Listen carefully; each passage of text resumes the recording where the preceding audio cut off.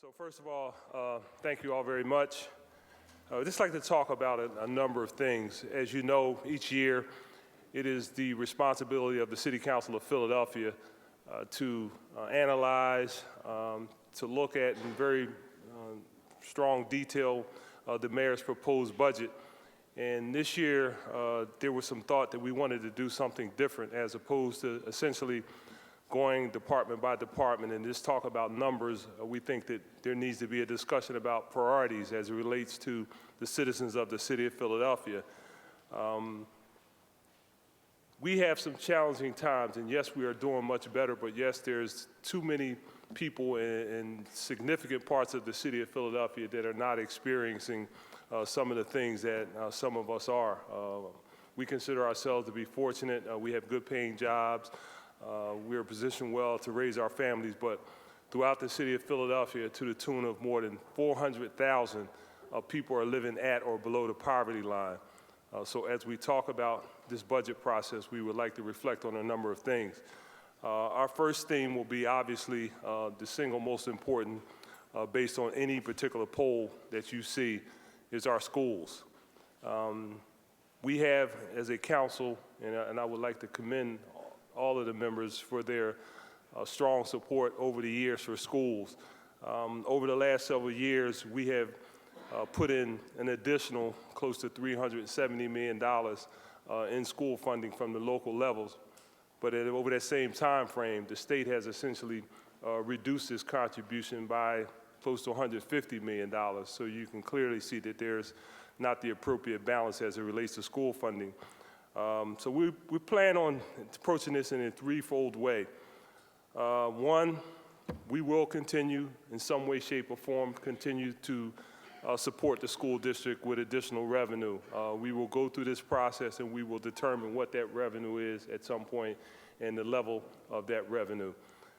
Two, we will use our power of the purse. And I had actually talked to the administration briefly about this, and a number of the leadership has, that the simple reality is, in department by department, there's a strong relationship into the expenditures in those particular departments and our schools, particularly DHS, CBH, all of those departments that deals with children. And throughout this process, what we will be doing, asking every department to identify what role they play as it relates to their support for children. We think that, frankly, we can probably spend money a little differently. Our service delivery should probably change as it relates to having a service delivery in schools, as opposed to essentially people having to travel across the city to get those services. And we are going to be pushing very strongly on what we like to call, as you see I can make sure I know where the picture is, the community-based family service centers. This is a model that has been used across the country quite successfully.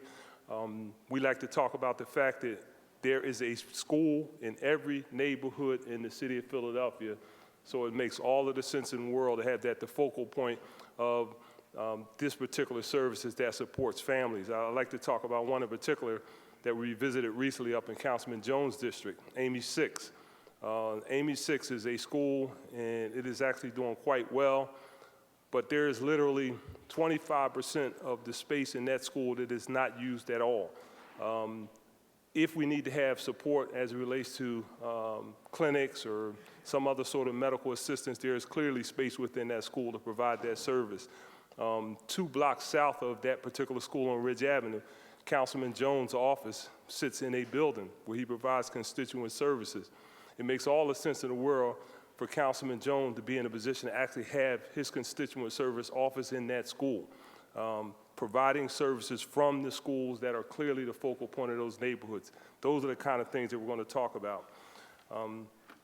Our second, and then last but not least, you're going to be hearing a number of things over the next couple of weeks about support from external sources. We believe that there has been a number of institutions that have provided significant support for our schools over the years. But what we like to do in this process is to create an environment where we have a citywide approach. It's okay that they're doing this, but if I don't have the luxury of living in proximity to a school, I probably can't count on support from my local school from those institutions. So you will be hearing over the next several weeks a process and a strategy that will allow us to access all of the resources of those various institutions across the city, and I think it will put us in a much better place.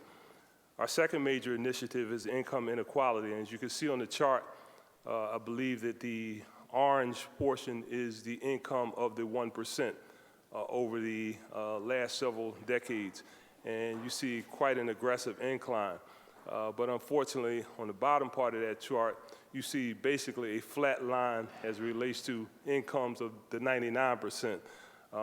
In today's dollars, the wages for the 99% essentially are comparable to the wages of 1979 if you prorate the economy. That is a challenge, and we have to figure out a way to deal with that. The train of thought is that there are two ways. There's one in obviously increasing salaries, income to individuals, and I want to commend a number of our members who are working on that, particularly Councilman Good and I think Blonda Reynolds Brown and Councilman Greeley working on initiatives to ensure that we provide opportunities as it relates to income by increasing contracts in the city of Philadelphia. And the other way is actually making things more affordable.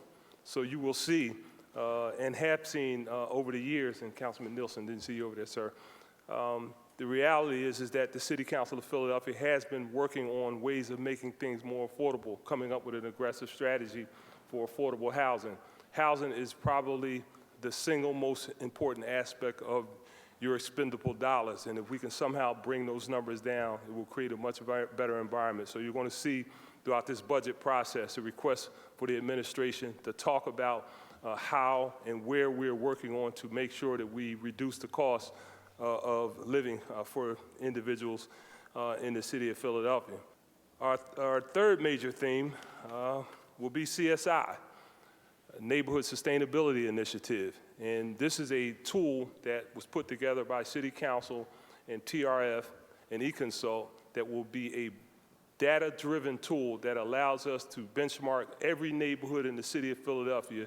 So as we talk about ways of spending tax dollars and other resources that the city provides, we will do it in a targeted way that reflects the needs and the priorities of those individual communities. So at the end of the day, we believe that every neighborhood in the city of Philadelphia should be a neighborhood of choice. Bottom line is, everybody won't have the same salary. Everybody won't have a two-car garage. Everybody won't make live the quality of life that a very, very high salary affords us. But everybody should have the quality of life that they deserve in their neighborhood. Everybody should have a good school, and everybody should have the opportunities that are presented in some of the more affluent neighborhoods.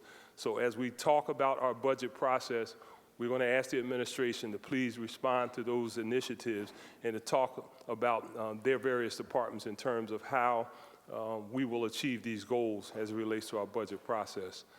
So with that, I want to commend the members of council for their great work over the last several years. I want to thank the administration for continuing to be a great partner as it relates to our ability to move our city forward, and we will look for a much more defined process that not only talks about numbers but talks about priorities. So with that.